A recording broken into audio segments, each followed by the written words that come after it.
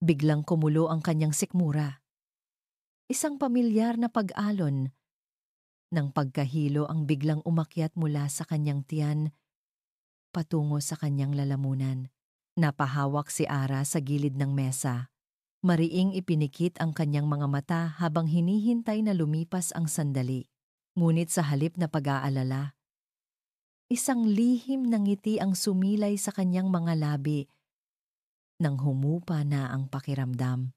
Ito na naman, ang pangatlong beses, at sa bawat umaga na ganito ang kanyang nararamdaman, hindi pagkabahala ang dulot nito kundi isang mainit na pag-asa na yumayakap sa kanyang puso. Okay ka lang, mahal? Ang malambing na boses ni Miguel ay nagpalingon sa kanya. Nakatayo ito sa likod ng coffee bar. Hawak ang dalawang baso ng mainit na kape. Ang mga mata nito'y puno ng pag-aalala. Sa loob ng halos 10 taon nilang pagsasama, kabisado na ni Miguel ang bawat galaw at bawat pagbabago sa kanyang kilos. Okay lang, mabilis niyang sagot, kasabay ng isang pilit na ngiti. Medyo nahilo lang siguro sa amoy ng kape. Itinago niya ang totoong dahilan. Gusto niyang gawing espesyal ang pag-aanunsyo. Isang sorpresa. Lumapit si Miguel at inilapag ang isang baso sa harap niya. Hinaplos nito ang kanyang pisngi. Ang init ng palad nito ay sapat na para pawiin ang anumang bakas ng pagkahilo. Sigurado ka? Baka kailangan mo nang magpahinga. Ako na ang bahala rito sa kapihan. Ang kapihan sa Taal. Ang kanilang munting pangarap na itinayo mula sa wala. Isang maliit na coffee shop at bed and breakfast na may perpektong tanawin ng lawa at bulkan. Ito ang mundo nila. Ang simbolo ng kanilang pag-ibig. At sa umagang iyon, tulad ng mga nakaraang umaga, perpekto ang lahat. Ang amoy ng bagong giling na kape ay humahalo sa sariwang hangin ng Tagaytay. Ang mahinang ugong ng espresso machine ay parang musika sa kanilang tenga. At ang mga unang customer ng araw ay nagsisimula ng dumating, mga ngiting bumabati sa kanila. Hindi, kaya ko, sabi ni Ara. Hinawakan ang kamay ni Miguel na nasa kanyang pisngi. Marami pa tayong gagawin. Tinitigan siya ni Miguel. Ang mga mata nito'y puno ng pagmamahal na sa kanya lang nito ipinapakita. Sa mga matang iyon, siya ang reyna. Siya ang mundo nito. Mag-ingat ka. Huwag mong masyadong pagurin ang sarili mo. Tumango siya at pinanood itong bumalik sa kanyang pwesto para asikasuhin ang mga customer. Napabuntong hininga si Ara. Isang buntong hininga ng purong kaligayahan. Isang mapagmahal na asawa. Dalawang malulusog na anak na kasalukuyang nasa bahay ng kanilang lola at isang negosyong unti-unting lumalago. At ngayon, isang bagong anghel ang paparating. Ano pa ba ang mahihiling niya? Habang abala si Miguel, naisipan ni Ara na ayusin ang ilang mga gamit sa isang maliit na estante sa sulok ng kapihan. May isang kahon doon ng mga lumang libro at magazine na matagal na niyang balak ayusin. Habang inaangat niya ang kahon, bigla itong bumigay sa ilalim. Nalaglag ang laman nito sa sahig. Naku naman! Bulong niya sa sarili, habang mabilis na pinulot ang mga nagkalat na libro. Ngunit sa ilalim ng isang makapal na nobela, may isang bagay na nakaagaw ng kanyang pansin. Isang lumang litrato.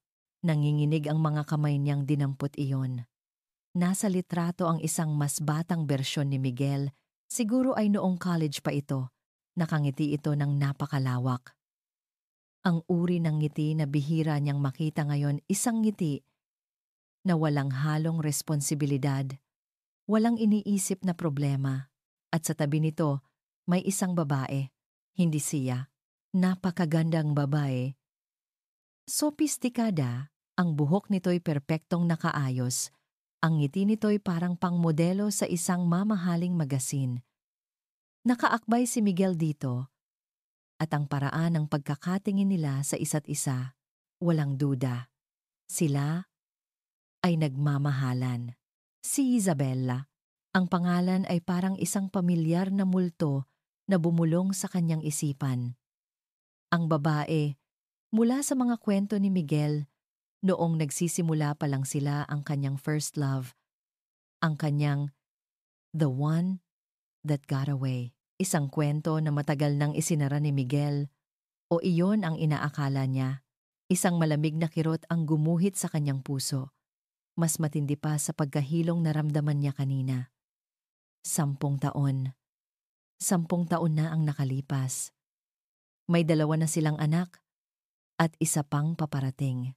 Dapat ay sapat na iyon para mabura ang anumang bakas ng nakaraan. Ngunit habang tinititigan niya ang babae sa litrato, ang perpektong buhok, ang kumpiyansang ngiti, ang paraan kung paano ito umakbay kay Miguel, na para bang pag-aari niya ang buong mundo, hindi maiwasan ni Ara na ikumpara ang kanyang sarili. Siya, na ang pinakamalaking luho ay ang matulog ng mahimbing sa gabi. Dali-dali niyang isinilid pabalik ang litrato sa ilalim ng mga libro. Tinabunan ito, na para bang sa pagtatago nito ay maitatago rin niya ang biglang sumibol na takot sa kanyang dibdib. Itago mo, kalimutan mo. Tumayo siya at pilit na ngumiti. Pilit na ibinalik ang sarili sa perpektong umaga. Pinagmasdan niya ang kanyang asawa, ang Miguel ng kasalukuyan. Ang asawa niya, ang ama ng kanyang mga anak. Iyon ang mahalaga. Iyon lang ang dapat na mahalaga. Ngunit may lamat na ngayon ang perpektong umaga.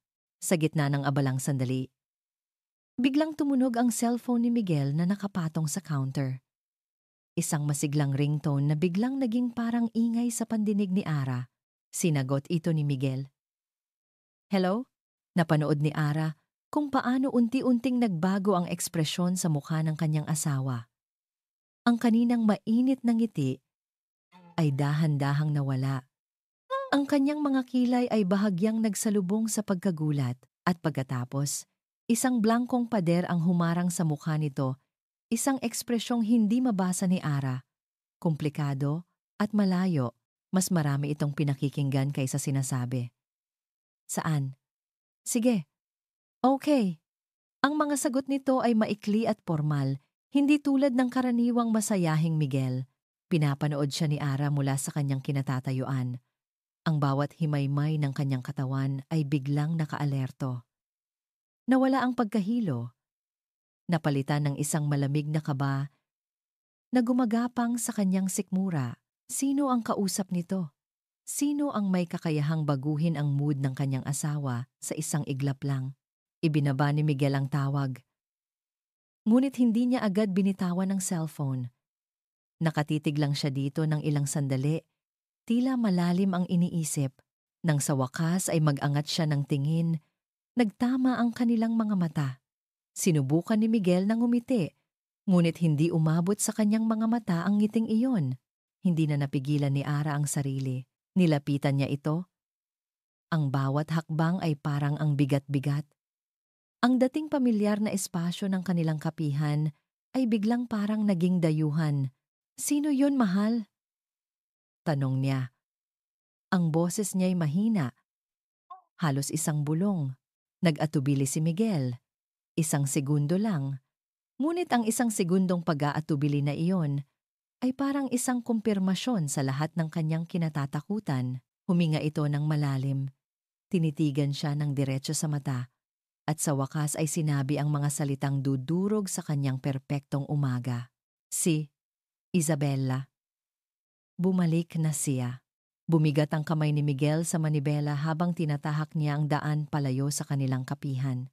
Kitang-kita pa rin niya ang itsura ni Ara kanina, ang pag-aalala na malinaw na nakaguhit sa mga mata nito, ang pilit na ngiti na ibinigay nito sa mga customer.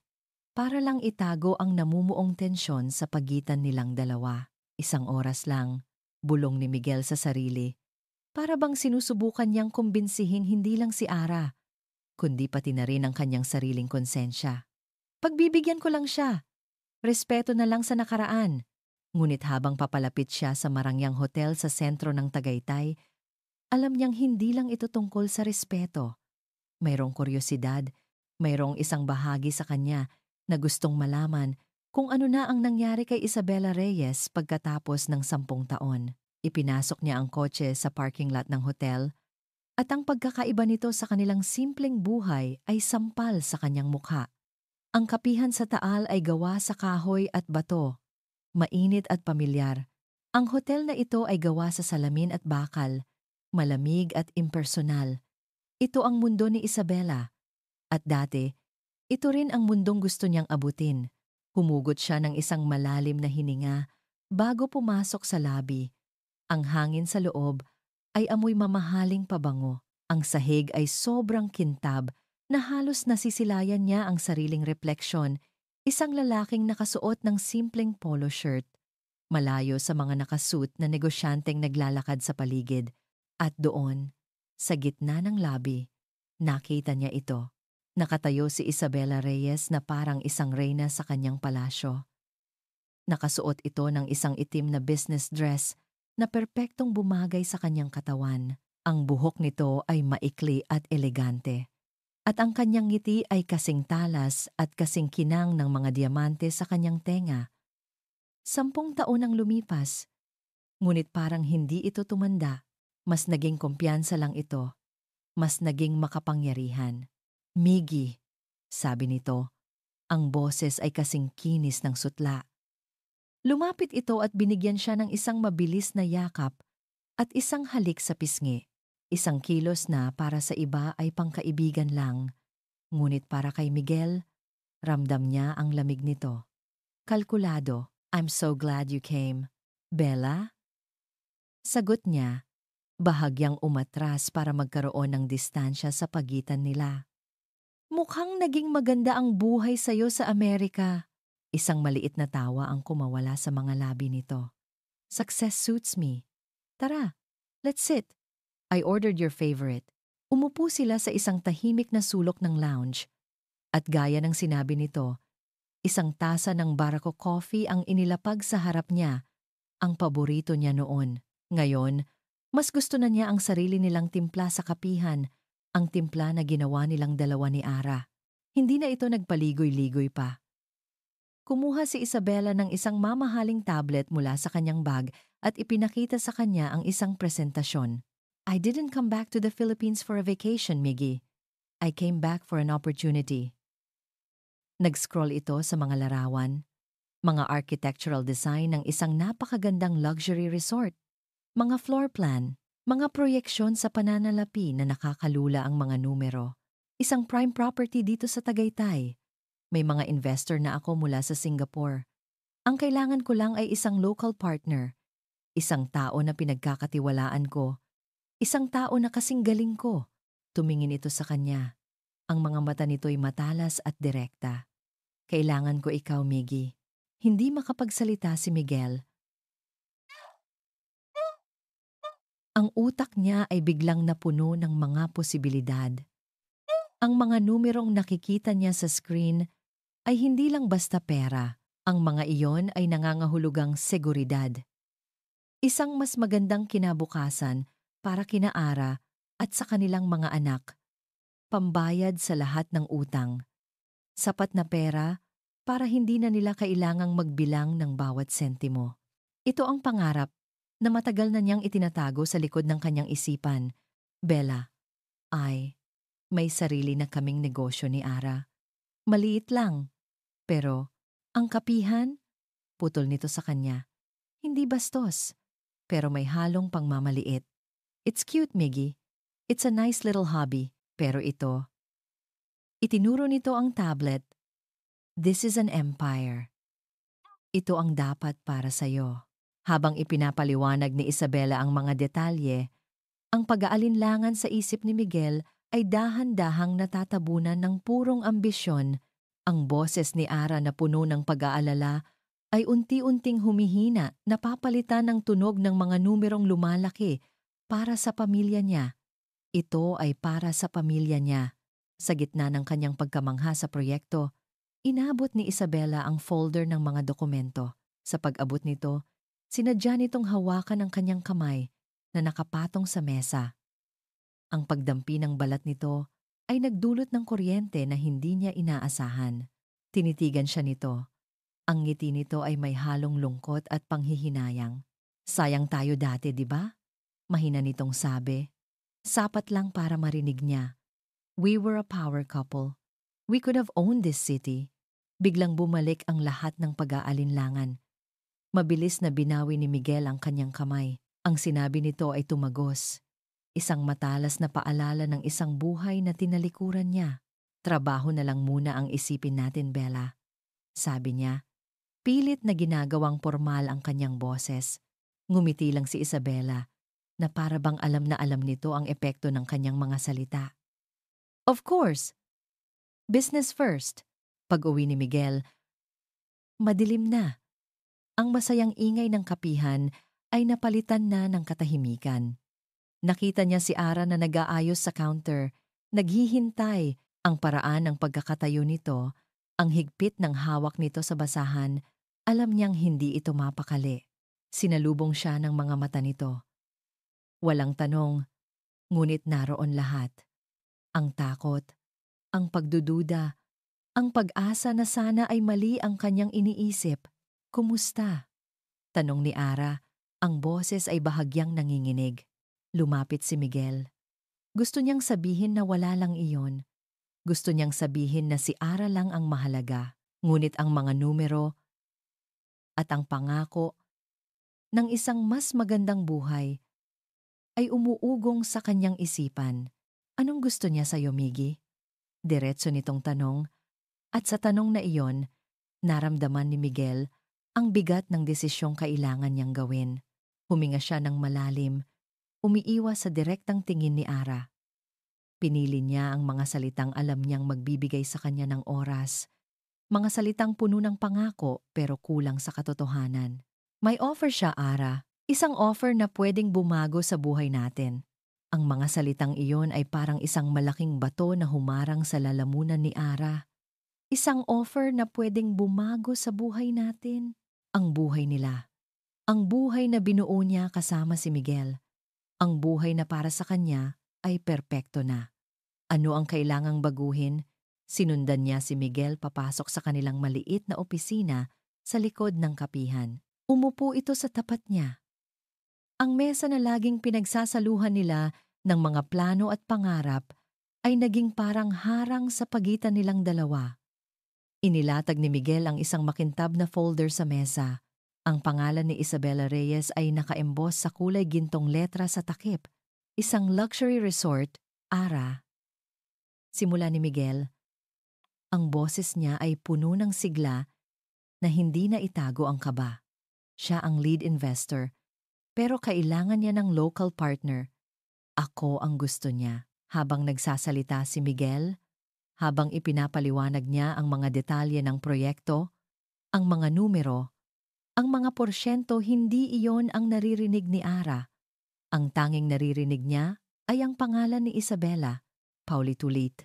Sabi ni Bella, ang plano ni Bella, ang gusto ni Bella, ang bawat pagbanggit sa pangalan nito ay parang isang karayom na tumutusok sa kanyang puso. Pinakinggan niya ang lahat, ang potensyal na kita na makakapagpaaral sa kanilang mga anak sa pinakamagandang eskwelahan, ang oportunidad na makabili ng mas malaking bahay. Ang pagkakataong hindi na nila kailangang magtrabaho mula umaga hanggang gabi, magagandang pangarap. Ngunit bakit parang isang bangungot ang lahat ng ito para sa kanya? Hindi ko gusto. Mahina niyang sabi, nang sa wakas ay matapos nang magsalita si Miguel. Natigilan si Miguel.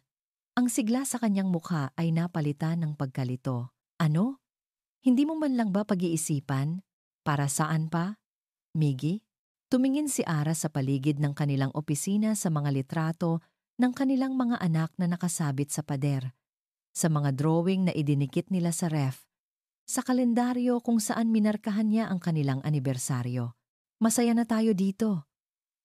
Kumpleto na tayo. Hindi natin kailangan ng imperyo. Ang kailangan natin ay kapayapaan. Bumagsak ang mga balikat ni Miguel sa pagkadismaya. Hindi mo naiintindihan, Ara. Hindi ito tungkol sa pera lang. Tungkol ito sa kinabukasan nila. Sabi nito, itinuturo ang mga litrato ng mga bata. Talaga ba? Nagsimula nang manginig ang boses ni Ara, ang takot na kanina pa niya itinatago ay nagsisimula ng maging galit o tungkol ito sa kanya. Tungkol ito sa isang nakaraan na hindi mo pa rin makalimutan, ang akusasyon ay binitiwan na niya. Nakalutang iyon sa hangin sa pagitan nilang dalawa, mabigat at mapanganib. Nakita ni Ara ang sakit sa mga mata ni Miguel, ngunit mabilis itong napalitan ng depensa. Isang pader ang muling humarang sa pagitan nila. Wala kang karapatang sabihing yan, mariin nitong sabi. Ginagawa ko to para sa pamilya natin, para sa'yo, para sa mga anak natin. Bakit hindi mo maintindihan? Ang sigaw nito ay parang isang malakas na sampal. Hindi siya kailanman sinigawan ni Miguel. Hindi sa ganitong paraan. Sa loob ng 10 taon, ang boses nito ay laging kanlungan, laging pag-unawa. Ngayon, ito ay isang sandata. Naramdaman niya ang pag-init ng kanyang mga mata. Ang pagkahilo ay bumalik, kasabay ng isang biglaang pag-alo ng emosyon. Hindi niya ito plano, hindi sa ganitong paraan, ngunit wala na siyang ibang maisip na paraan para ipaintindi dito ang lahat. Dahil may isa pa, humihikbi niyang sabi. Ang galit sa mukha ni Miguel ay biglang naglaho, napalitan ng purong pagkalito. Anong ibig mong sabihin? May isa pa sa pamilya natin? Sabi ni Ara, hinawakan ang kanyang tiyan. Buntis ako, Miggy. Ang katahimikan na bumalot sa silid ay mas nakakabingi kaysa sa sigaw kanina. Nakita ni Ara ang pagkabigla sa mukha ni Miguel. Dahan-dahan itong lumapit sa kanya, lumuhod sa kanyang harapan. Ang mga mata nito ay puno ng hindi makapaniwalang saya.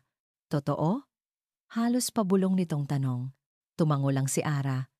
Ang mga luha ay patuloy na dumadaloy sa kanyang mga pisngi. Hinawakan ni Miguel ang kanyang mga kamay, inilagay ang mga ito sa kanyang tiyan, at sa isang sandali, bumalik ang lahat.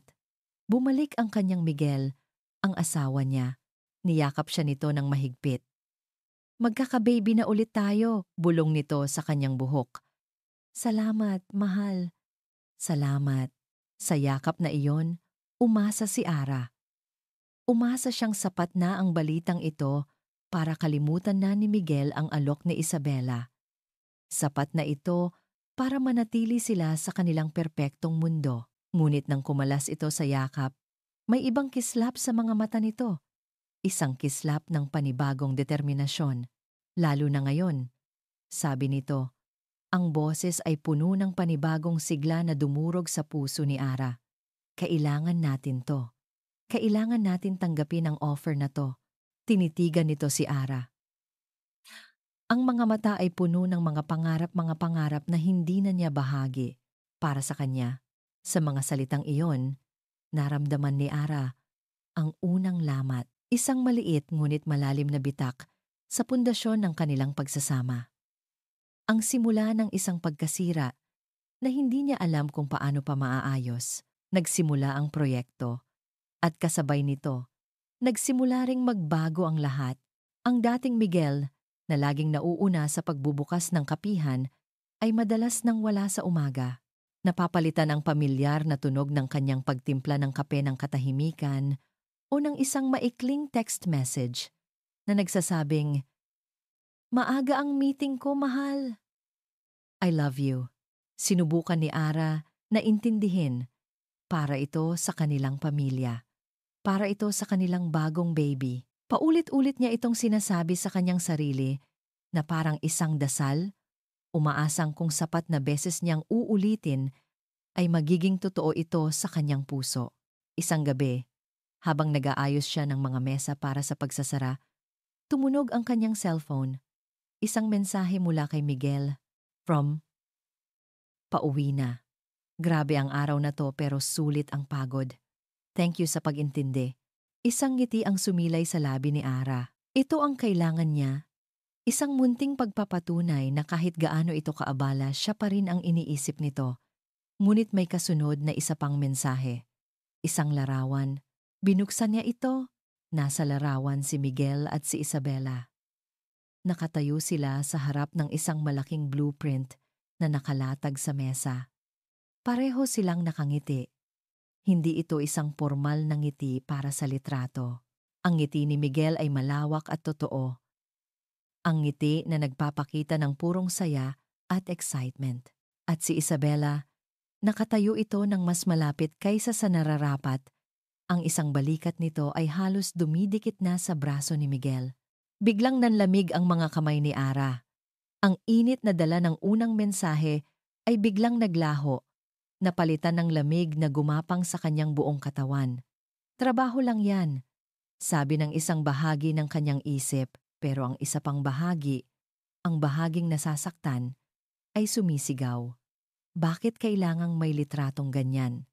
Bakit kailangang ipadala pa sa kanya? Hindi na siya nag-reply. Kinabukasan, isang hindi inaasahang bisita ang dumating sa kapihan, si Isabela Reyes, sa buong ningning niya. Nakasuot ito ng puting blazer at mamahaling salamin sa mata. Ang bawat hakbang nito papasok sa kanilang munting kapihan ay parang isang modelo na naglalakad sa runway. "Hi, Ara," bati nito. Isang matamis ngunit kalkuladong ngiti ang nasa mga labi. "I was just in the area. I thought I'd drop by. Welcome sa kapihan." Pilit na sagot ni Ara. Pinunasan ang kanyang mga kamay sa apron. Sa isang iglap, naging palaisipan sa kanya ang lahat ang mga mantsa ng kape sa kanyang damit, ang gusot niyang buhok. "I'll have a cup of Barako. Strong? 2 sugars," sabi ni Isabela habang umuupo sa paboritong pwesto ni Miguel malapit sa bintana. Nanigas si Ara. Iyon ang eksaktong kape ni Miguel noong mga unang taon nila. Ngayon, mas gusto na ni Miguel ang latte na may kaunting caramel, isang pagbabagong sinabayan nilang dalawa. Nanginginig ang mga kamay ni Ara habang inihahanda niya ang kape. Bawat galaw niya ay parang pinapanood, sinusuri. Inilapag niya ang tasa sa harap ni Isabela. "Here's your coffee, ma'am," sabi niya. Pilit na pinapanatiling propesyonal ang kanyang boses. Tumingin sa kanya si Isabela. Ang mga mata nito ay kumikinang sa likod ng mamahaling salamin. "Thank you, Ara." Itinaas nito ang tasa at inamoy ang bango ng kape. "Alam mo, ang amoy na to, nagpapaalala sa akin ng maraming bagay." Humigop ito ng kaunti. Some things never change." Ang mga salitang iyon ay ibinato sa kanya na parang isang hamon. Isang lihim na mensahe na silang dalawa lang ang nakakaintindi. Naramdaman ni Ara na para siyang isang dayuhan sa sarili niyang teritoryo. Hindi na siya nakapagsalita. Tumalikod na lang siya at nagkunwaring abala sa likod ng counter, ngunit ang presensya ni Isabela ay parang isang makapal na usok na pumuno sa buong lugar na nagpapahirap sa kanyang paghinga. Nang gabing iyon, hating gabi na nang umuwi si Miguel. Dahan-dahan itong pumasok sa kanilang kwarto. Iniisip na tulog na siya. Nagkunwari si Ara na natutulog, nakikiramdam sa bawat galaw nito. Umupo si Miguel sa gilid ng kama. Narinig niya ang malalim nitong pagbuntong hininga, isang tunog ng matinding pagod. Nahabag siya. Ngunit nang gumalaw ito para hubarin ang kanyang polo, isang amoy ang sumampal sa kanya. Isang amoy na hindi pamilyar. Isang mamahaling pabango ng babae. Bigla siyang napadilat. Napabangon. Nagulat si Miguel. "Gising ka pa pala, mahal." Hindi siya sumagot. Tinitigan lang niya ito. Ang mga mata niya ay naghahanap ng kasagutan. Tumingin si Miguel sa sarili. At doon niya napansin ang tinitingnan ni Ara. "Eto ba?" sabi nito. Parang isang batang nahuli sa kasalanan. "Si Bella kasi, papunta kami sa kotse. Medyo madilim." Nadulas siya. Buti na lang nasa loko agad. Ang paliwanag ay simple. Masyadong simple. At sa isip ni Ara, masyadong rehearsed. Sinalo niya? Gaano kalapit ang pagsalo na iyon para maiwan ang amoy ng pabango sa damit niya? Walang salitang lumabas sa bibig ni Ara. Tumayo lang siya, kinuha ang kanyang unan, at walang imik na lumabas ng kwarto para matulog sa sofa. Narinig niya ang pagtawag ni Miguel sa kanyang pangalan, ngunit hindi siya lumingon. Kinabukasan, habang nag-aayos siya ng mga gamit na dadalhin sa laundry, Kinuha niya ang business bag ni Miguel na naiwan nito sa sala. Kailangan niyang kunin ang wallet nito para kumuha ng pambayad. Habang binubuksan niya ang bag, may nahulog mula sa isang bulsa sa gilid, isang maliit na kahon na nakabalot sa isang eleganteng itim na papel. Tumibok ng mabilis ang kanyang puso. Nanginginig ang mga daliri niyang binuksan ito. Sa loob, nakalagay ang isang napakagandang silver tie clip. Mamahalin, elegante. Ang uri ng bagay na hindi kailanman isusuot ni Miguel sa kanilang simpleng buhay sa kapihan. Ngunit iyon ang perpektong bagay na isusuot sa isang business meeting sa isang marangyang hotel. At sa ilalim nito, may isang maliit na card. Isinulat ng isang perpektong kamay. For my favorite partner. B. Napahawak si Ara sa kanyang dibdib. Ang hangin ay biglang naging napakabigat para langhapin. Partner. Anong klasing partner? Ang tie clip sa kanyang kamay ay parang isang patalim. Ang munting card ay parang isang hatol. At ang mga bulong ng nakaraan ay biglang naging isang sigaw na hindi na niya kayang hindi pakinggan. Anong problema? Mahal? Ito ang tanong ni Miguel kay Ara sa loob ng halos isang linggo na. At sa bawat tanong niya, iisa lang ang sagot na nakukuha niya. Isang pilit na ngiti at isang maikling wala. Ngunit alam ni Miguel na meron.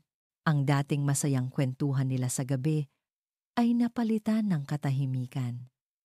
Ang dating matatamis na halik bago siya umalis papunta sa mga meeting ay naging isang malamig na tapik sa balikat. At si Ara, ang kanyang Ara, ay palaging tila malayo ang iniisip.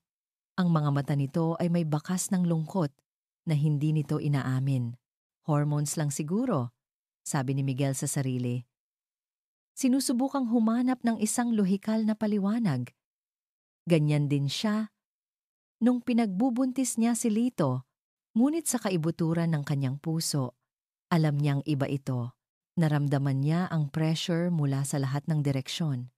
Sa isang banda, ang proyekto ay kumakain ng halos lahat ng kanyang oras at lakas. Ang mga numero, kontrata, at deadlines ay umiikot sa kanyang isipan kahit sa kanyang pagtulog. Sa kabilang banda, ang tahanan na dati niyang kanlungan ay unti-unting nagiging isang lugar ng tensyon. Nararamdaman niya ang paglayo ni Ara at nasasaktan siya dahil hindi niya alam kung paano ito aabutin. You look stressed, sabi ni Isabela isang hapon habang nasa gitna sila ng isang meeting kasama ang mga arkitekto. Nasa isang mamahaling restaurant sila. Ang paligid ay abala. Ngunit sa kanilang mesa, ang tanging naririnig ni Miguel ay ang pag-aalala sa boses ni Isabela. Medyo lang, sagot niya, hinilot ang kanyang sentido. Marami lang iniisip, tungkol sa proyekto o tungkol kay Ara? Diretsyong tanong nito. Natigilan si Miguel sa prangkang tanong. Okay lang kami. Isang maliit at mapangunawang ngiti ang sumilay sa labi ni Isabela. Hindi ito ng husga. Hindi ito ng usisa. Mahirap pagsabayin ang ambisyon at pamilya. I know that, but you're doing great, Miggy. This project wouldn't be possible without you. Ang mga salitang iyon, kahit simple, ay parang isang patak ng tubig sa isang uhaw na lalamunan. Sa mga nakalipas na linggo, puro pagdududa ang nararamdaman niya mula kay Ara. Ngunit mula kay Isabela, puro suporta at paghanga ang nakukuha niya. Napabuntong hininga na lang siya. Biglang tumawa ng mahina si Isabela, na para bang may biglang naalala ko tuloy dati. Kapag ganito ka ka-stress, sino ang lagi mong tinatakbuhan? Napagkunot no, si Miguel? Sino? Si Marco. Siyempre, sagot nito. Ang best friend mo, ang tagapayo mo, ang konsensya mo. Tumango si Miguel. Isang ngiti ang sumilay sa kanyang labi sa alaala ng kanyang kaibigan. Oo nga, si Marco, tinitigan siya ni Isabela. Ang mga mata nito ay may kakaibang kislap. He was your conscience, right? Lalo na nung mga panahong naguguluhan ka. Ang pagdidiin sa huling mga salita ay banayad, ngunit sapat na para maramdaman ni Miguel ang bigat nito. Bigla niyang naalala ang isang gabi. Isang linggo bago ang kasal nila ni Ara. Ang gabi na halos hindi siya makatulog dahil sa takot. Takot na baka hindi niya kayang ibigay kay Ara ang buhay na nararapat para dito. Takot na baka masaktan niya lang ito. Si Marco lang ang nakaalam ng gabing iyon. Si Marco lang ang sinabihan niya ng lahat ng kanyang pag-aalinlangan. Paano nalaman ni Isabela ang tungkol doon? O nagkataon lang ba na wala ang ngiti ni Miguel? Ang usapan ay biglang naging delikado. Matagal na yon, Bella. I know. Mabilis na sabi nito na parang napansin ang pagbabago sa kanyang mood. Naalala ko lang. Anyway, back to business. Mabilis nitong ibinaling ang usapan pabalik sa mga blueprint. Ngunit ang tanong ay naiwan ng nakabitin sa hangin. Pagkatapos ng meeting, habang naglalakad sila palabas, hinawakan ni Isabela ang kanyang braso para pigilan siya. Miggy, sandali. Ang boses nito ay seryoso. Huwag mong isipin ang sinabi ko kanina. May mas importante tayong kailangang pag-usapan. Ano yun? Tungkol sa isa sa mga investor. May ilang mga red flags akong nakikita sa kontrata niya. Sabi nito. Ang mga mata ay puno ng tila totoong pag-aalala. Hindi ko pwedeng sabihin dito. Masyadong kumpidensyal. Tumingin ito sa paligid na parang may nakikinig. I have to tell you something important about the project. It's confidential. Bulong nito. Can we meet alone tonight? Kahit saglit lang. For the sake of the project, ang pag-aalala sa mukha ni Isabela ay mukhang totoo. Ang salitang kumpidensyal at red flags ay umalingaw-ngaw sa kanyang isipan. Dito nakasalalay ang kinabukasan ng kanyang pamilya. Dito niya isinugal ang tiwala ni Ara. Hindi ito pwedeng pumalpak. Napabuntong hininga siya. Isa na namang gabi na malalayo siya sa kanyang asawa. Ngunit kailangan ito. Sige, sagot niya. Saan? At anong oras? Habang nagmamaneho pa uwi, tinitingnan niya ang kanyang cellphone. Nag-iisip kung paano ito sasabihin kay Ara. Paano niya sasabihin na kailangan na naman niyang umalis para makipagkita kay Isabela. Paano niya ipapaliwanag ang isang bagay na kahit siya mismo ay hindi lubusang naiintindihan. Sa huli, nagpasya siyang huwag na lang munang sabihin. Sasabihin na lang niya kapag nakauwi na siya mamaya. Isang mabilis na meeting lang naman. Ngunit bago pa man niya maibaba ang kanyang cellphone, isang mensahe ang pumasok mula kay Isabela. 1. Isabela Reyes. I have to tell you something important about the project. It's confidential. Can we meet alone tonight? Napakunot ang noo niya. Bakit nito sinend ulit? At bakit parang mas formal ang dating ng text na ito? Bago pa man siya makapag-reply, napatingin siya sa oras. Late na pala. Kailangan na niyang umuwi bago pa man siya umalis ulit. Hindi niya alam na ang mensaheng iyon ay hindi lang para sa kanya. Hindi niya alam na ang simpleng text na iyon ang magiging huling patak na magpapabagsak sa baso ng pagtitiwala ng kanyang asawa. Hindi niya alam na ang armas ng katotohanan ay hindi laging nasa anyo ng isang malaking revelasyon kung minsan ito ay nasa anyo ng isang simpleng tanong at ang tanong na iyon ay malapit nang itanong sa kanya. Nakatayo si Ara sa dilim ng kanilang sala. Nanginginig ang mga kamay habang hawak ang cellphone ni Miguel. Naiwan nito iyon sa ibabaw ng mesa nang magmamadali itong pumasok sa banyo. Isang ugali na dati ay nakakatuwa para sa kanya, ngunit ngayon ay naging isang oportunidad na hindi niya pinalampas. Alam niyang mali. Ang pagbabasa ng cellphone ng asawa mo ay isang pagtataksil sa tiwala. Ngunit paano ka magtitiwala sa isang taong sa tingin mo ay may itinatago? At naroon nga, ang mensaheng nagpatibay sa lahat ng kanyang hinala from Isabela Reyes. I have to tell you something important about the project. It's confidential. Can we meet alone tonight? Meet alone. Ang dalawang salitang iyon ay parang mga pako na bumaon sa kanyang puso. Ang sakit ay napakatalas, napakatindi, na halos hindi siya makahinga. Humawak siya sa dingding para suportahan ang sarili. Ang pagkahilo ay bumalik ng may kasamang panlalamig. Kailangan niya ng kasagutan, ngunit hindi mula kay Miguel. Alam niyang puro pagtanggi at paliwanag lang ang makukuha niya rito.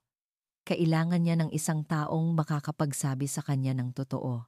Isang pangalan lang ang pumasok sa kanyang isip, Marco. Nanginginig ang mga daliri niyang idiniyal ang numero ng matalik na kaibigan ni Miguel. Matagal bago ito sumagot. Hello, Ara? Napatawag ka? May problema ba? Ang boses ni Marco sa kabilang linya ay puno ng pag-aalala. Marco. Pasensya na sa abala. Simula niya, pilit na pinapakalma ang sarili. Gusto ko lang sanang may itanong tungkol kay Miggy. Tungkol kay Miggy? Bakit? Nagaway ba kayo? Hindi. Hindi naman sa ganun. Huminga siya ng malalim. Marco, si Isabela. Si Isabela Reyes. Alam mo ba kung gaano sila naging kaseryoso dati? Narinig niya ang pagbuntong hininga ni Marco sa kabilang linya. Isang tunog na nagpapatunay na may bigat ang kanyang tanong. Ara, matagal na yon.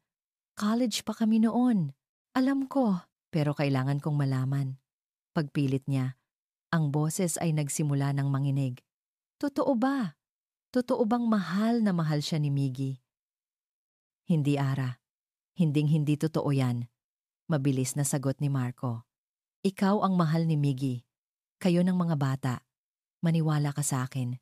Ang mga salita ni Marco ay dapat sanang nagbigay ng kapanatagan, ngunit ang isip ni Ara ay naghahanap ng butas, ng kahit anong senyales. Pero, pero, sigurado ka ba? Hit niya. Wala bang kahit isang sandali na nag-alinlangan siya? Kahit kailan? Katahimikan. Isang mahabang katahimikan sa kabilang linya. Ang katahimikang iyon ay mas malakas pa kaysa sa anumang sigaw. Marco? Ara. Ang nagsimulang magsalita si Marco. Ang boses ay nag-aatubili. Lahat naman tayo dumadaan sa pag-aalinlangan, di ba? Normal lang yon. Lalo na bago ang isang malaking desisyon, tulad ng kasal. Anong ibig mong sabihin? Na-stress lang si Miggy noon. Natakot, kinabahan, paliwanag ni Marco. Pero yun lang yon. Isang gabi lang ng pagiging huwang mang ika nga. Pinag-usapan namin at kinabukasan, okay na siya. Siguradong sigurado na siya sa'yo. Huwang mang. Isang gabi ng pag-aalinlangan. Ang impormasyong iyon ay dapat sanang maliit na bagay lang. Ngunit sa isip ni Ara na puno na ng lason, ito ang naging piraso ng puzzle na bumuo sa larawan ng pagtataksil. Pagkatapos ng tawag, umupo si Ara sa dilim. Yakap-yakap ang kanyang mga tuhod. Hindi niya namalayan ang pag-alis ni Miguel. Ang tanging alam niya ay ang sakit na unti-unting kumakain sa kanyang pagkatao. Kinabukasan, habang mag-isa siya sa kapihan, isang pamilyar na kotse ang huminto sa tapat. Bumaba si Isabela. Hindi nakapang negosyo ngayon, kundi nakasimpleng bestida. Ang itsura nito ay malumanay. Ang ngiti nito ay puno ng simpatya. Isang perpektong maskara. Ara, pwede ba tayong mag-usap? Tanong nito. Ang boses ay puno ng pekeng pag-aalala. Pumayag si Ara. Dinala siya ni Isabela sa isang tahimik na hardin malapit sa kapihan, isang lugar na dati pinupuntahan nila ni Miguel para sa kanilang mga anibersaryo. Isa na namang sagradong lugar ang binaboy ng presensya nito. Nag-aalala ako para sa iyo, Ara. Simula ni Isabela. At para na rin kay Miggy. Nakikita kong nahihirapan kayo. Hindi umimik si Ara. Hinayaan niya itong magsalita. Alam kong mahirap itong paniwalaan, pero gusto ko lang talagang makatulong, patuloy nito. At sa tingin ko, para makatulong ako, kailangan mong malaman ang totoo. Ito na, ang sandaling kinatatakutan niya. Gusto ko lang malaman mo ang totoo. Ara, sabi ni Isabela, ang boses ay malambing ngunit bawat salita ay may lason. Bago pa kayo ikasal, umamin sa akin si Miggy na hindi siya sigurado sa'yo. Napatingin si Ara dito. Ang kanyang puso ay tumitibok ng napakabilis. Sinabi niya sa akin na natatakot siya. na hindi niya alam kung tama ba ang kanyang desisyon. Ikinwento ni Isabela ang eksaktong mga salitang ginamit ni Marco, ang tungkol sa isang gabi ng pag-aalinlangan. Ngunit sa bibig ni Isabela, ang kwento ay nagkaroon ng ibang kahulugan. Ang simpleng kaba ay naging isang malalim na pagdududa. At pagkatapos, ibinigay nito ang huling, nakamamatay na saksak. "He married you out of responsibility, Ara," sabi ni Isabela. Ang mga mata nito ay puno ng huwad na awa, dahil yun ang tamang gawin. Pero ako ang mahal niya. Noon, at hanggang ngayon, gumuho ang mundo ni Ara. Ang hangin, ang mga puno, ang langit. Lahat ay biglang nawalan ng kulay. Ang mga salita ni Isabela ay perpektong tumugma sa mga piraso ng impormasyong nakuha niya at sa laso ng selos. Naniwala siya. Naniwala siya sa lahat. Nang gabing iyon, hinintay niya si Miguel. Hindi siya umiyak. Wala nang luhang gustong pumatak. Ang nararamdaman niya ay isang malamig na kawalan. Nang pumasok si Miguel sa pinto, masaya itong bumati. "Mahal, andito na ako." Hinarap siya ni Ara. Ang mukha niya ay walang emosyon. Ang kanyang mga mata ay walang buhay. Itinanong niya ang tanong na magpapabago sa lahat. Ang tanong na matagal nang naghihintay sa dilim ng kanyang isipan. "Totoo ba?" Ang boses niya ay kalmado, ngunit may nakatagong bagsik. "Na pinakasalan mo lang ako dahil sa responsibilidad?" Ang tanong ni Ara ay parang isang bomba na sumabog sa gitna ng kanilang tahimik na tahanan. Ang mga salita ay nanatiling nakalutang sa hangin, mabigat at puno ng lason, habang ang mukha ni Miguel ay dumaan sa iba't ibang yugto ng emosyon, pagkalito, pagkagulat, at sa huli, sakit. "Saan mo nakuha yan?" tanong ni Miguel. Ang boses niya ay mahina, halos hindi marinig. "Ara, anong pinagsasabi mo? Sumagot ka na lang, Miguel." Giit ni Ara. Ang lamig sa kanyang boses ay hindi nagbabago. Oo o hindi. Nakita niya ang paghihirap sa mga mata nito. Nakita niya kung paano nito sinubukang humanap ng mga tamang salita. At sa pag-aalinlangan nitong iyon, nakita ni Ara ang kanyang kumpirmasyon. "Nag-alinlangan ako." "Oo." Sa wakas ay umamin si Miguel. Ang boses ay puno ng pighati. "Isang gabi lang, Ara. Isang gabi lang bago ang kasal natin. Natakot ako. Natakot ako na baka hindi kita kayang pasayahin. Pero hindi ibig sabihin noon na hindi kita mahal. Mahal na mahal kita. Ngunit huli na ang lahat." Ang tanging narinig ni Ara ay ang mga salitang, "Nag-alinlangan ako." Ang mga salitang iyon ay umalingaw-ngaw sa kanyang isipan, tinatabunan ang lahat ng iba pang paliwanag. Iyon na ang hatol. "Sinungaling," bulong niya. Hindi para kay Miguel, kundi para sa sarili. Para sa 10 taon na pinaniwalaan niyang totoo. Hindi na niya hinintay pa ang sasabihin nito. Tumalikod siya at naglakad papasok sa kanilang kwarto. Ang bawat hakbang ay parang milya ang layo. Ang bawat paghinga ay mabigat. Sunod-sunod niyang binuksan ang aparador at walang awang hinila palabas ang mga damit ni Miguel. Ang mga polo na pinaplansya niya tuwing umaga.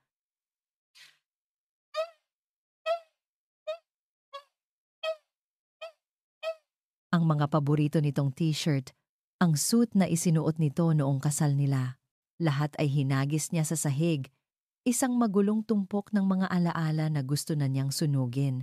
"Ara, anong ginagawa mo? Itigil mo yan!" Sigaw ni Miguel. Sinusubukang pigilan ang kanyang mga kamay. Ngunit si Ara ay parang isang bagyo na hindi mapipigilan. Ang sakit ay naging isang marahas na enerhiya. "Umalis ka sa kwartong to. Umalis ka sa buhay ko." Sigaw niya pabalik. Ang mga luha na kanina pa niya pinipigilan ay bumuhos na parang isang sirang dam. Sa gitna ng kanyang galit, itinulak niya ang lahat ng gamit sa ibabaw ng study table ni Miguel. Mga libro, papel, ballpen, lahat ay bumagsak sa sahig. Ngunit isang maliit na bagay ang gumulong mula sa ilalim ng mesa at huminto malapit sa kanyang paa. Isang itim na USB flash drive. Mayroon itong maliit na label na nakasulat sa sulat kamay ni Miguel, Project Reyes. Huminto siya. Ang kanyang paghinga ay mabigat. Pinunasan niya ang kanyang mga luha at dinampot ang maliit na piraso ng plastik at metal. Ito ang proyekto. Ito ang ugat ng lahat ng kanilang problema, ang proyektong umagaw sa kanyang asawa. Isang madilim na ideya ang pumasok sa kanyang isipan. Gusto niyang malaman. Gusto niyang makita kung ano ang laman nito. Gusto niyang makita ang lahat ng ebidensya ng pagtataksil ng kanyang asawa, kahit na alam niyang dudurugin nito ang natitira pa sa kanyang puso. Dali-dali siyang umupo sa harap ng laptop. Nanginginig ang mga kamay habang isinasaksak ang USB. Ilang sandali, natigilan si Miguel. Hindi alam kung ano ang gagawin. Bumukas ang folder. Puro mga dokumento na may mga pangalang financial projections, architectural plans, contracts. Binuksan niya ang isa, tapos isa pa. Puro mga numero at teknikal na salita na hindi niya maintindihan. Nasaan na? Nasaan ang mga email, ang mga mensahe, at pagkatapos, sa pinakailalim ng listahan ng mga file, nakita niya ang isang folder na may kakaibang pangalan. Hindi ito salita, kundi isang serye ng mga numero na parang petsa. Dahil sa kuryosidad, binuksan niya ito. Ang laman nito ay mga kopya ng mga email. Ngunit hindi ito mga email sa pagitan ni Miguel at Isabela. Ito ay mga email sa pagitan ni Isabela at ng isang tao mula sa isang kumpanyang matagal ng kakumpetensya ng negosyo ng pamilya ni Miguel. Binasa niya ang una, pagkatapos ang pangalawa, at habang nagbabasa siya, ang galit at selos sa kanyang puso ay dahan-dahang napalitan ng isang bagong emosyon. Pagkalito, na sinundan ng isang nanlalamig na takot. Ang mga email ay naglalaman ng mga detalye ng proyekto, ngunit may mga binagong numero, may mga talata tungkol sa withdrawal strategy at capital recovery. At pagkatapos, sa isang email na may markang confidential, nabasa niya ang isang pangungusap na nagpatigil sa kanyang paghinga. Once Santos has fully invested his personal assets, we will execute the withdrawal clause. The resulting bankruptcy will allow us to acquire the entire development project at a fraction of the cost. He will be left with nothing. He will be left with nothing. Maiwanan siyang walang-wala. Biglang nag-ugnay ang lahat sa kanyang isipan. Ang pagpupumilit ni Isabela, ang mga malalaking pangako, ang pagmamadali sa mga kontrata. Hindi ito tungkol sa pag-ibig. Hindi ito tungkol sa pagseselos. Ito ay isang bitag. Isang masalimuot at malupit na bitag para sirain si Miguel. Nanginginig siyang lumingon kay Miguel na hanggang ngayon ay nakatayo lang sa may pinto, naguguluhan. Miguel, bulong niya. Ang boses niya ay basag. Tumingin siya sa isa sa mga financial statements na kanina'y hindi niya pinansin. At doon, sa ilalim ng listahan ng mga collateral, nakita niya ang mga salitang nagpabilis ng tibok ng kanyang puso. Kapihan sa Taal. Residential property, Valdez Santos. Isinangla ni Miguel ang lahat. Ang kanilang negosyo, ang kanilang tahanan. Napahawak si Ara sa kanyang tiyan. Ang takot ay mas matindi pa sa sakit ng pagtataksil na naramdaman niya kanina. Hindi lang ang kanilang pag-aasawa ang nasa bingit ng pagkasira. Mawawala sa kanila ang lahat. Nakatayo si Miguel sa may pintuan ng kanilang kwarto, parang isang estatwa habang pinapanood ang kanyang asawa. Ang kaninang nagwawalang bagyo ay biglang naging isang babaeng napapalibutan ng nakakabinging katahimikan. Nakaupo si Ara sa harap ng laptop. Ang mukha nito ay kasing puti ng papel. Miguel, ang pagbigkas ni Ara sa kanyang pangalan ay iba na. Wala na ang lamig, wala na ang galit. Ang naroon ay isang emosyon na hindi niya maintindihan, isang halo ng takot at pagkaapurahan. Dahan-dahan siyang lumapit. Ara, ano yan? Inikot ni Ara ang laptop paharap sa kanya. Basahin mo, sabi nito. Ang boses ay nanginginig. Kailangan mong basahin to. Tumingin si Miguel sa screen. Mga email, mga pangalan ng kumpanya na pamilyar sa kanya, mga salitang teknikal sa unang tingin. Mukha lang itong karaniwang business correspondence. Ano to? Tanong niya. Ang pagod at sakit mula sa kanilang pag-aaway ay nagpapadilim sa kanyang pag-iisip. Bitag to, Miggy, sabi ni Ara. Ang boses nito ay desperado. Itinuro nito ang isang partikular na email sa screen. Lahat ng to, isang bitag. Plano nilang sirain ka. Plano nilang kunin ang lahat sa atin. Sinubukan niyang basahin. Sinubukan niyang intindihin. Ngunit ang kanyang isipan ay sarado na. Ang sakit na dulot ng akusasyon ni Ara kanina, na pinakasalan niya ito dahil lang sa responsibilidad, ay mas matimbang kaysa sa anumang ebidensya na ipinapakita nito ngayon. Para sa kanya, hindi ito katotohanan. Isa itong desperadong hakbang. Saan mo nakuha to? Malamig niyang tanong. Sa USB mo? Sa folder na to? Umiling si Miguel.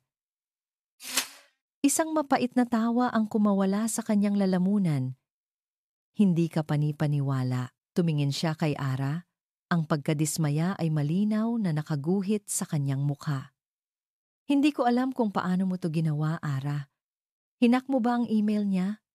Gumawa ka ng mga pekeng dokumento? Ano? Ano? Hindi makapaniwalang sigaw ni Ara. Pinapakinggan mo ba ang sarili mo? Bakit ko naman gagawin yon? Dahil sa selos. Sumabog na rin si Miguel. Ang lahat ng kanyang pinipigil na sama ng loob ay lumabas. Dahil ayaw mo kay Isabela mula pa sa simula. Gagawin mo ang lahat para lang sirain siya, no? Kahit paanong mangyari sa proyekto. Kahit paanong mangyari sa akin. Ang bawat salita ay parang isang suntok na direkta niyang ibinibigay sa kanyang asawa. Ngunit sa puntong iyon, ang kanyang sariling sakit ay naging bulag. Ang kanyang nasaktang pride ang nagsasalita. Ang lalaking ipinaglaban ang proyektong ito.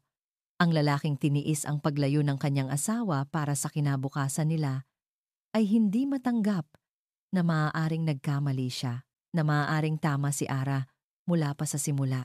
Mas madaling maniwala na si Ara ang naninira kaysa tanggapin na siya ang naging tanga. Nakita niya ang pagbabago sa mga mata ni Ara. Ang desperasyon ay dahan-dahang naglaho, napalitan ng isang bagay na mas malala pa, kawalan. Ang huling sinag ng pag-asa na nakita niya kanina ay namatay. Tumayo si Ara mula sa upuan. Hindi na ito umiiyak. Hindi na ito sumisigaw. Ang tanging naroon ay isang nakakapangilabot na katahimikan. Tinitigan niya si Miguel na parang isang estranghero. Isang taong hindi na niya kilala. Ipinakita ko na sa iyo ang katotohanan, Miguel, sabi nito. Ang boses ay mahinahon, ngunit bawat salita ay may bigat na parang bato. Pero pinili mong maging bulag. Nagsimulang tumalikod si Ara at maglakad palayo. Saan ka pupunta? Tanong ni Miguel.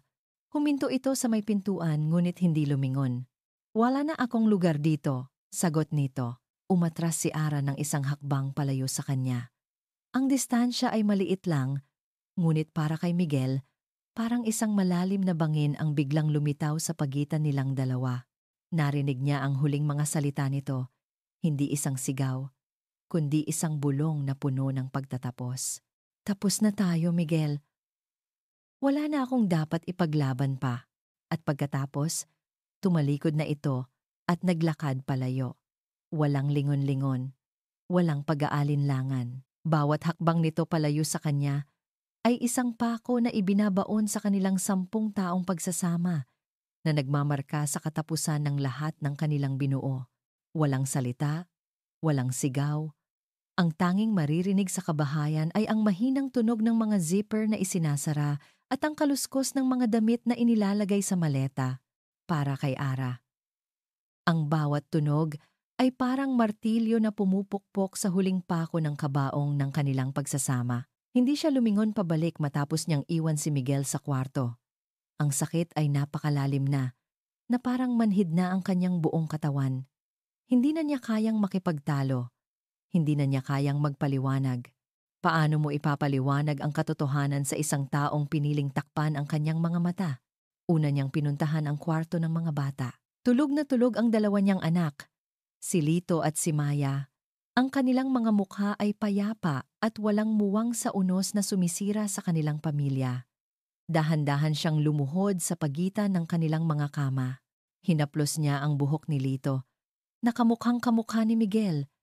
Hinalikan niya ang noo nito at pilit na pinigilan ang isang hikbi. Patawarin mo si Mama. Bulong niya. Ang mga salita ay halos hindi lumabas sa kanyang lalamunan. Pagkatapos ay bumaling siya kay Maya, ang bunso, ang munting anghel na laging naghahanap sa kanyang ama. Hinawakan niya ang maliit nitong kamay. Paano niya ipapaliwanag sa mga bata bukas na wala na ang kanilang ama sa kanilang paggising? Na ang tahanan na kinagisnan nila ay hindi na buo? Ang sagot, hindi niya kaya. Hindi pa ngayon. Hinalikan niya rin si Maya sa noo. Isang mainit na luha ang pumatak sa pisngi ng bata at mabilis niya itong pinunasan. Hindi niya pwedeng gisingin ang mga ito. Hindi nila pwedeng makita ang kanilang ina sa ganitong kalagayan, durog at talunan. Tumayo siya at kumuha ng ilang damit mula sa kanilang aparador, isinilid sa isang maliit na bag. Pagkatapos ay bumalik siya sa sala. Ang bahay na dati puno ng tawanan at pagmamahal ay biglang naging malamig at malawak. Isang lugar na puno ng mga multo ng masasayang alaala. Nakita niya ang laptop sa mesa. Bukas pa rin at nagpapakita ng mga email na naging sanhi ng lahat. Kinuha niya ang USB mula dito. Ito ang katotohanan. Kahit ayaw itong paniwalaan ni Miguel ngayon, iiwan niya ito para sa kanya. Kumuha siya ng isang piraso ng papel mula sa counter ng kapihan at isang ballpen. Nanginginig ang kanyang kamay habang nagsusulat. Ano ang isusulat mo sa isang taong minahal mo ng buong buhay mo pero sinaktan ka sa paraang hindi mo inaakala? Sa huli, simple lang ang kanyang isinulat. Walang panunumbat, walang galit, tanging isang pagod na pagtanggap. Miguel, sana mahanap mo ang katotohanan. At kapag nahanap mo na, baka huli na ang lahat para sa atin. Ara. Inilapag niya ang sulat sa gitna ng mesa, sa tabi mismo ng laptop, at sa ibabaw ng sulat, ipinatong niya ang USB, ang ebidensya, ang hatol. Huminga siya ng malalim. Tumingin siya sa paligid sa huling pagkakataon. Ang mga pader na pininturahan nilang dalawa, ang mga upuan kung saan sila laging nagkakape tuwing umaga, ang pinto na laging naghihintay sa pag-uwi ni Miguel. Ang kanilang kapihan sa taal, ang simbolo ng kanilang pag-ibig, ngayon ay isa na lang masakit na paalala ng isang pangarap na gumuho. Dala ang maliit na maleta niya at ang bag ng mga bata. Dahan-dahan niyang binuksan ang pinto. Malamig ang hangin sa labas at nagsisimula ng umambon. Perpekto. Ang langit ay nakikidalamhati sa kanya. Isinakay niya ang mga tulog na bata sa likod ng kotse. Kinumutan sila ng maigi. Sa bawat kilos niya, parang may humihila sa kanyang puso pabalik sa loob ng bahay. Ngunit alam niyang hindi na siya pwedeng bumalik. Hindi ka pwedeng manatili sa isang bahay na ang pundasyon ay kasinungalingan. Hindi ka pwedeng manatili sa piling ng isang lalaking hindi na naniniwala sa'yo. Sumakay siya sa driver's seat. Inilagay niya ang susi sa ignition ngunit hindi pa niya ito pinaandar. Ipinikit niya ang kanyang mga mata at ipinatong ang kanyang noo sa manibela. Isang huling hikbi ang kumawala sa kanya, isang hikbi para sa pag-ibig na nawala, para sa pamilyang nasira, at para sa sanggol sa kanyang sinapupunan na hindi na lalaki sa isang buong tahanan. Pinaandar niya ang makina. Dahan-dahan niyang iminaneho ang kotse palayo sa kanilang kapihan. Sa rearview mirror, nakita niya ang mga ilaw ng kanilang tahanan. Dahan-dahang lumiliit hanggang sa maging isang maliit na tuldok na lang sa gitna ng kadiliman. At pagkatapos, bumuhos ang malakas na ulan. Ang mga patak ay humahampas sa windshield, hinuhugasan ang daan sa kanyang harapan. Ngunit hindi nito kayang hugasan ang mga luhang walang tigil sa pag-agos mula sa kanyang mga mata. Ang kanyang sasakyan ay nag-iisa sa madilim na kalsada, nawawala sa gitna ng bumubuhos na ulan patungo sa isang lugar na hindi niya alam. Sa loob ng bahay na naiwan, tuluyang bumukas ang pinto ng kwarto. Lumabas si Miguel, ang mukha ay blanko. Inaasahan niyang makikita si Ara na naghihintay, galit, umiiyak, ngunit ang tanging sumalubong sa kanya ay ang nakakabinging katahimikan. Nakita niya ang sulat sa mesa. At ang USB, ang katahimikan ng bahay, ay biglang naging nakakatakot. Isang senyales na hindi maipagkakaila. Wala na siya. Umalis na si Ara. Ang katahimikan na iniwan ni Ara ay mas malakas pa kaysa sa sigawan nila kanina. Ito ay isang katahimikan na may bigat, isang katahimikan na sumisigaw ng paglisan, ng pagtatapos. Naupo si Miguel sa silya kung saan laging umuupo si Ara tuwing umaga, ang silya sa tapat niya. Ang lugar na ito ay biglang nanlamig. Tinitigan niya ang sulat sa mesa. Ang simpleng sulat kamay ng kanyang asawa ay parang isang saksak sa kanyang dibdib. Sana mahanap mo ang katotohanan. Kinuha niya ang USB. Sa pagkakataong ito, walang galit, walang pride. Ang tanging naroon ay isang lumalagong takot na nagsasabing maaaring nagkamali siya. Isang napakalaking pagkakamali, isinaksak niya ulit ito sa laptop. Muli niyang binuksan ang folder. Ngunit ngayon, binasa niya ang bawat salita, bawat pangungusap. Hindi na bilang isang asawang nasaktan, kundi bilang isang negosyante, isang partner na niloko.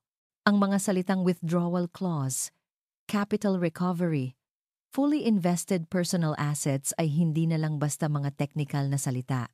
Ang mga ito ay naging mga piraso ng isang napakalaking palaisipan na bumubuo sa kanyang harapan. Nakita niya ang mga butas sa kontrata na hindi niya napansin dahil sa pagiging kampante. At sa wakas, nabasa niya ang pangungusap na nagpaguho sa lahat. He will be left with nothing. Napasabunot si Miguel sa kanyang buhok. Ang katotohanan ay isang malakas na suntok sa kanyang sikmura na nag-iwan sa kanya na halos hindi makahinga. Tama si Ara. Tama siya sa lahat. Hindi lang siya naging bingi. Naging bulag siya. Ang ambisyon at ang kanyang nasaktang ego ang naging takip sa kanyang mga mata. At dahil doon, itinulak niya palayo ang kaisa-isang taong nagsasabi sa kanya ng totoo. Ang kaisa-isang taong tunay na nagmamalasakit sa kanya, isang malakas na tunog ang umalingaw-ngaw sa loob ng kapihan. Ang kamao ni Miguel ay dumapo sa makapal na kahoy ng mesa. Isang beses, dalawa, tatlo, ngunit ang sakit sa kanyang kamay ay walang-wala kumpara sa sakit na nararamdaman niya sa kanyang puso. Biglang tumunog ang kanyang cellphone. Isang tawag mula sa bangko. Mr. Santos, sabi ng boses sa kabilang linya. Tumatawag lang po kami para kumpirmahin ang inyong request na i-liquidate ang inyong mga investment at i-transfer sa account ng Reyes Corporation. Kailangan na lang po namin ang inyong final verbal confirmation. Ito na, ang huling hakbang sa bitag ni Isabela. Isang malamig at kalkuladong plano ang biglang nabuo sa isip ni Miguel. Ang pighati ay napalitan ng isang matalas at peligrosong determinasyon. Hold that transfer, mahinahon niyang sabi. May kailangan lang akong ayusin. I'll call you back. Ibinaba niya ang tawag. Dinayal niya ang numero ni Isabela. Miggy! Masayang sagot nito. I was just about to call you. Nakuha ko na ang go signal mula sa mga investor. We just need your final transfer para masimulan na ang lahat. May problema, Bella, sabi ni Miguel. Pilit na ginagawang puno ng pag-aalala ang kanyang boses. May ilang tiyawkwan sa kontrata na gusto kong linawin. Pwede ba tayong magkita? Ngayon na. Ngayon na? Gabi na, Miggy. Importante to, Bella. It involves a huge amount of my personal money. Gusto ko lang makasiguro. Narinig niya ang pag-aatubili nito, ngunit pagkatapos ay pumayag din. Sige, sa construction site. Walang tao doon ngayon. Pagdating ni Miguel sa madilim at abandonadong construction site, naroon na si Isabela. Nakatayo sa tabi ng kanyang mamahaling kotse, ang mukha ay naiilawan ng mga headlight. "Anong problema, Miggy?" "You're making me nervous," sabi nito, isang pekeng ngiti ang nakapaskil sa kanyang mukha. Hindi na nagpaligoy-ligoy pa si Miguel. "Gusto kong malaman ang lahat, Bella. Ang totoong plano mo." Nawala ang ngiti ni Isabela. "Anong pinagsasabi mo?" "Ang plano natin ay ang itayo ang resort na to," umiling si Miguel. "Hindi. Ang plano mo ay sirain ako." Inilabas niya ang kanyang cellphone at pinindot ang record button sa kanyang bulsa. "Bakit, Bella? Dahil lang sa tinanggihan kita, 10 taon na ang nakalipas?" Isang malamig na tawa ang kumawala sa mga labi ni Isabela. Ang maskara ay tuluyan ng nalaglag. "Tinanggihan? Minamaliit mo ang sarili mo, Miggy. Hindi mo ako tinanggihan. Itinapon mo ako. Itinapon mo ako para sa isang simpleng babae na walang maibibigay sa'yo. Binigay niya sa akin ang lahat ng mahalaga." Mariing sagot ni Miguel. "Isang pamilya, isang tahanan, mga bagay na mawawala rin sa'yo bukas." Sigaw ni Isabela. Ang boses ay puno ng tagumpay. "Oo, aaminin ko. Ito ay isang bitag.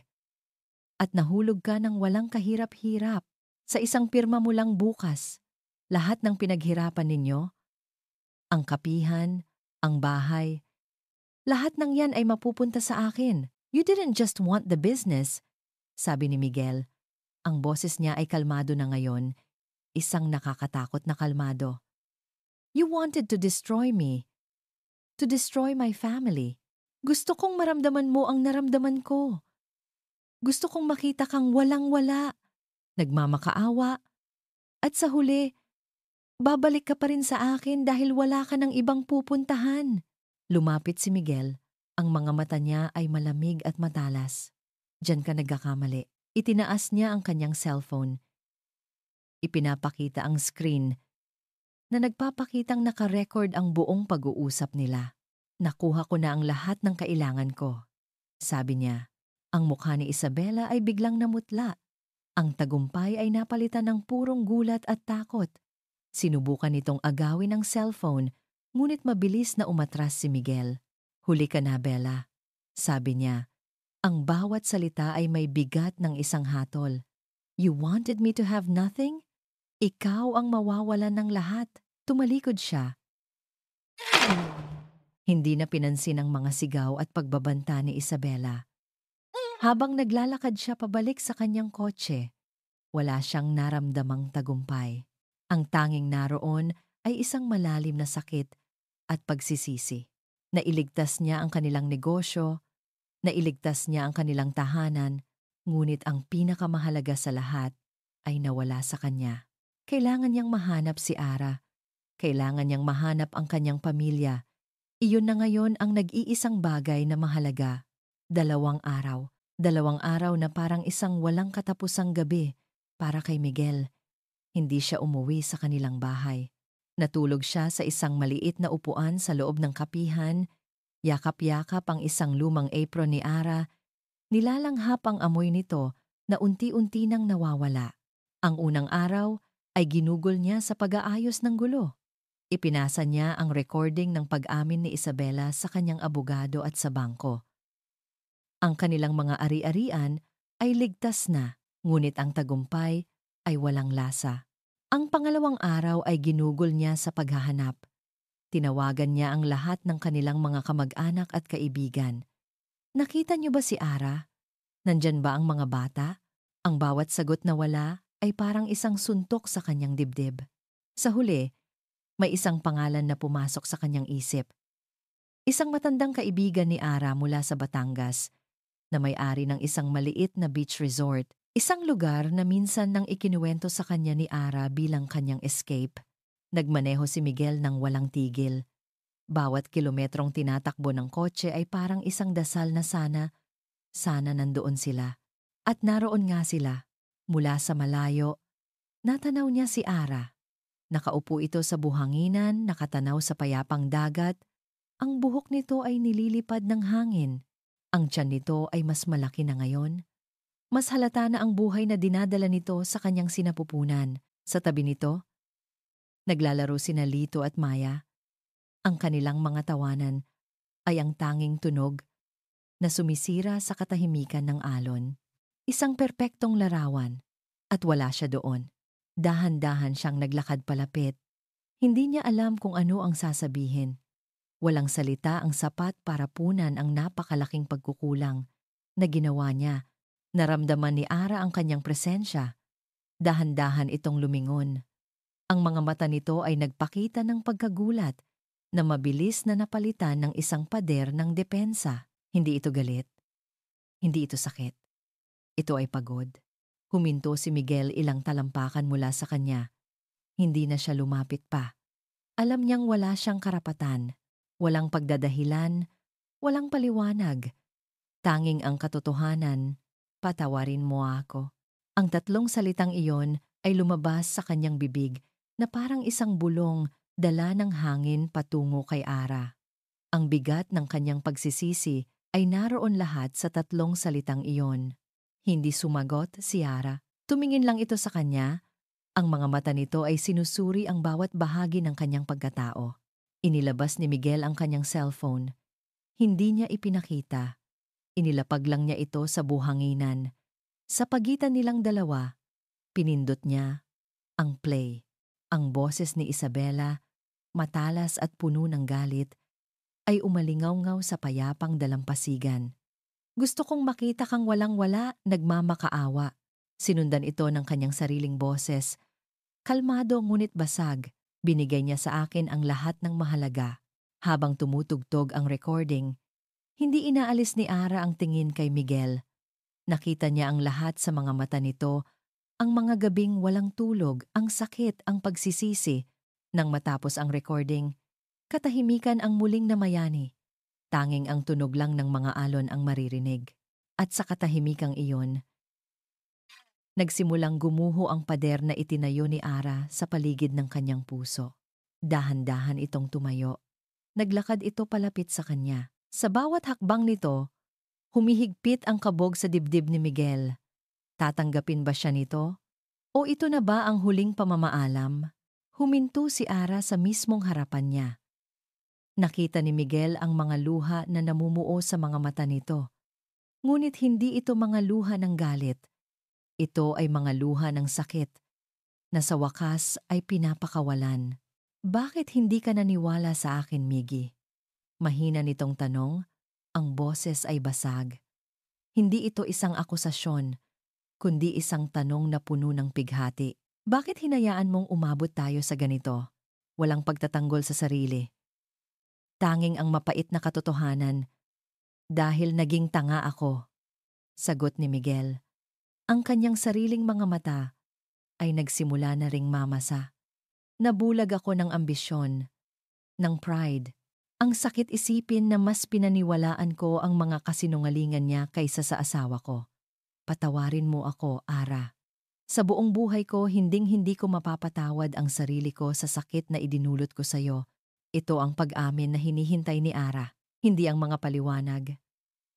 Hindi ang mga dahilan, kundi ang pag-amin sa kanyang sariling pagkakamali.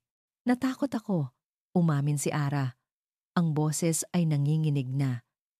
Natakot ako na baka hindi ako sapat. Na kapag bumalik siya, makikita mo ang lahat ng wala sa akin. Hindi na ako natatakot sa nakaraan ko, Ara. Sabi ni Miguel. Dahan-dahang iniaangat ang kanyang kamay para haplusin ang pisngi nito. Dahil ikaw ang hinaharap ko. Kayo ng mga anak natin, walang resort, walang kumpanya, walang kahit anong halaga ng pera ang makakapantay sa'yo. Naramdaman ni Ara ang init ng palad nito, ang pamilyar na init na matagal niyang hinanap-hanap. Isinandal niya ang kanyang pisngi dito, ipinipikit ang kanyang mga mata. Sinira niya ang tiwala ko sa'yo, Miggy. Bulong niya. Hayaan mo akong buuin ulit, sagot ni Miguel. Kahit gaano katagal, kahit araw-araw, Hayaan mo akong patunayan sa'yo araw-araw na ikaw lang. Dahan-dahang kinuha ni Ara ang kamay ni Miguel mula sa kanyang pisngi. Inilagay niya ito sa kanyang tiyan, kung saan mararamdaman ang banayad na paggalaw ng kanilang anak, ang simbolo ng kanilang pag-ibig, ang buhay na nabuo bago pa man magsimula ang unos. Tumingin siya sa mga mata ni Miguel. Nakita niya ang kanyang asawa, ang ama ng kanyang mga anak, ang lalaking minahal niya at patuloy niyang mamahalin sa kabila ng lahat ng sakit. Ang pagpapatawad ay hindi magiging madali. Ang paghilom ay mangangailangan ng panahon. Ngunit ang unang hakbang ay kailangang gawin. Isang maliit na ngiti ang sumilay sa kanyang mga labi. Isang ngiti na may bahid pa rin ng lungkot, ngunit puno na ng pag-asa. Umuwi na tayo, Miggy. Lumipas ang ilang buwan. Ang malamig na hanging dala ng ulan ay napalitan ng mainit na yakap ng araw. At sa kapihan sa Taal, ang buhay ay dahan-dahang bumabalik sa dati, ngunit hindi sa paraang katulad ng dati. Mas matatag, mas makahulugan. Nalaman nila na si Isabela, matapos harapin ang mga kasong isinampa laban sa kanya, ay bumalik sa Amerika. Dala ang isang reputasyong sirana. Ang kanyang pangalan ay naging isang babala, isang kwentong ibinubulong sa mga business circle. Ngunit para kina Ara at Miguel, ang pangalan niya ay isa na lang malayong alaala, isang multo mula sa nakaraan na wala ng kapangyarihang manakit. Nawalan sila ng malaking halaga sa nabigong proyekto. Ngunit gaya ng sabi ni Miguel, hindi iyon mahalaga. Ang mahalaga ay buo pa rin sila. Ang kapihan ay nakatayo pa rin, at ang kanilang tahanan ay muling napuno ng init. Isang hapon, nakaupo si Ara sa kanyang paboritong tumba-tumba sa veranda ng kapihan. Hawak ang isang tasa ng mainit na tsokolate. Malapit nang lumubog ang araw. At ang lawa ng Taal ay parang isang malaking salamin na sumasalamin sa kulay kahel at rosas na langit. Kabuwanan na niya. Anumang araw mula ngayon ay maaari na siyang manganak. Lumabas si Miguel mula sa loob ng kapihan. May dalang isang maliit na kumot. Maingat niya itong inilagay sa mga binti ni Ara. Baka ginawin ka, mahina niyang sabi. Kasabay ng isang halik sa kanyang noo. Umupo ito sa sahig sa tabi niya. Isinandal ang kanyang ulo sa hita ni Ara. Mula sa kanilang pwesto, tanaw nila sina Lito at Maya na masayang naghahabulan sa damuhan. Ang kanilang mga tawanan ay humahalo sa tunog ng hangin. Naaalala mo pa ba? Biglang tanong ni Ara. Ang kanyang mga daliri ay marahang hinahaplos ang buhok ni Miguel. Yung unang beses nating pinangarap ang lugar na to? Ngumiti si Miguel. Oo naman. Nakaupo tayo dyan mismo sa kinauupuan ng mga bata. Sabi mo, balang araw, magkakaroon tayo ng isang maliit na kapihan dito. At sabi ko, bakit maliit lang? Pangarapin na natin ang pinakamalaki. Napangiti rin si Ara. At sa huli, nakuha natin ang tamang-tama lang. Natutunan ko na ang leksyon ko. Sabi ni Miguel, hinawakan ang kamay ni Ara na nasa kanyang buhok at hinalikan ito. Ang pinakamahalagang bagay pala ay hindi yung mga malalaki. Nasa mga maliliit na bagay pala. Sa isang tasang kape sa umaga, sa mga tawa ng mga bata, sa pag-upo na kasama ka na ganito, ang pagsasama nila ay nagbago. Mas naging bukas sila sa isa't isa. Natuto si Miguel na makinig. Hindi lang sa mga salita, kundi pati sa katahimikan. Natuto siyang maging mas tapat sa kanyang mga nararamdaman at takot. At si Ara, natutunan niyang bitawan ang kanyang mga insecurities. Natutunan niyang ang kanyang halaga ay hindi nasusukat sa kung sino ang nasa nakaraan ng kanyang asawa, kundi sa kung sino siya sa kasalukuyan, isang ina, isang asawa, isang babaeng buo at minamahal. Ang tiwala ay parang isang basag na salamin na kanilang pinulot at pinagdikit-dikit ulit. May mga lamat pa rin, mga pilat na laging magpapaalala sa kanila ng unos na kanilang pinagdaanan. Ngunit sa bawat lamat, may liwanag na pumapasok, ang liwanag ng pagpapatawad at ng isang pagmamahalang sinubok ng panahon. Biglang napahawak si Ara sa kanyang tiyan. Isang matalas ngunit pamilyar na sakit ang kanyang naramdaman. Napansin ito ni Miguel at agad na napaupo ng tuwid. Ara, anong nangyayari? Tumingin si Ara sa kanya. Isang ngiti ang unti-unting sumilay sa kanyang mga labi sa kabila ng sakit. Mukhang may gusto nang makilala ang pamilya niya. Ang mga sumunod na sandali ay isang magulo, ngunit masayang eksena. Ang pagtawag sa mga bata, ang mabilis na biyahe papuntang ospital, ang mga kamay na hindi bumitaw. At pagkatapos, sa gitna ng isang silid na puno ng pag-asa, isang bagong tunog ang umalingaw-ngaw. Isang malakas na iyak ng isang sanggol, ang tunog ng isang bagong simula. Nakahiga si Ara sa kama, pagod ngunit napakaligaya. Sa kanyang mga bisig, hawak niya ang kanyang bagong anak na lalaki. Si Miguel ay nakatayo sa kanyang tabi, ang isang kamay ay nakahawak sa kamay niya, habang ang isa naman ay marahang hinahaplos ang pisngi ng sanggol. Ang mga luha ng saya ay malayang dumadaloy sa kanilang mga mukha. Ang sanggol na ito, ang kanilang simbolo. Ang simbolo na kahit gaano kalakas ang bagyo, ang pag-ibig, kapag totoo, ay laging makakahanap ng paraan para muling sumikat na parang araw. Welcome to the world. Bulong ni Miguel, ang boses ay basag sa emosyon. Tumingin siya kay Ara. Ang mga mata nito ay puno ng pagmamahal na mas malalim at mas matatag kaysa dati. Anong ipapangalan natin sa kanya? Ngumiti si Ara. Isang ngiti na puno ng kapayapaan. Tumingin siya sa kanilang anak at pagkatapos ay sa kanyang asawa. Sa tingin ko, bagay sa kanya ang pangalang Pag-asa. Pag-asa. Hope. Ang perpektong pangalan para sa kanilang bagong simula. At dito nagtatapos ang kwento ni Ara, Miguel, at ng kanilang pamilyang sinubok ng panahon ngunit muling pinagtibay ng pag-ibig at pag-asa mula sa kaibuturan ng aking puso. Isang taos-pusong pasasalamat sa inyo, aming mga minamahal na tagapakinig, sa pagsama ninyo sa bawat pagpatak ng luha at sa bawat pagngiti ni Ara at Miguel. Ang pagsulat ng kanilang kwento ay isang paglalakbay na puno rin ng iba't ibang emosyon para sa akin. Naramdaman ko ang kanilang takot, ang kanilang sakit, at higit sa lahat, ang kanilang hindi natitinag na pag-asa. Sapagkat ang tunay na pag-ibig ay hindi isang perpektong larawan na walang lamat. Ito ay isang masalimuot na sayaw ng pagtitiwala at pagdududa, ng pagkakamali at pagpapatawad. Ito ang pagpili na manatili, ang pagpili na umunawa, at ang pagpili na muling buuin ang nasira. Gaano man ito kahirap, naway ang kwento ni Ara at Miguel ay mag-iwan sa ating mga puso ng isang paalala na ang tunay na lakas ng isang pamilya ay hindi nasusukat sa kawalan ng mga pagsubok, kundi sa kakayahan nitong harapin ang bawat unos ng magkahawak kamay. Nais kong marinig ang inyong mga saloobin. Anong aral ang inyong napulot? Saang bahagi ng kwento kayo pinakanaantig? Mangyaring iwanan ang inyong mga komento sa ibaba.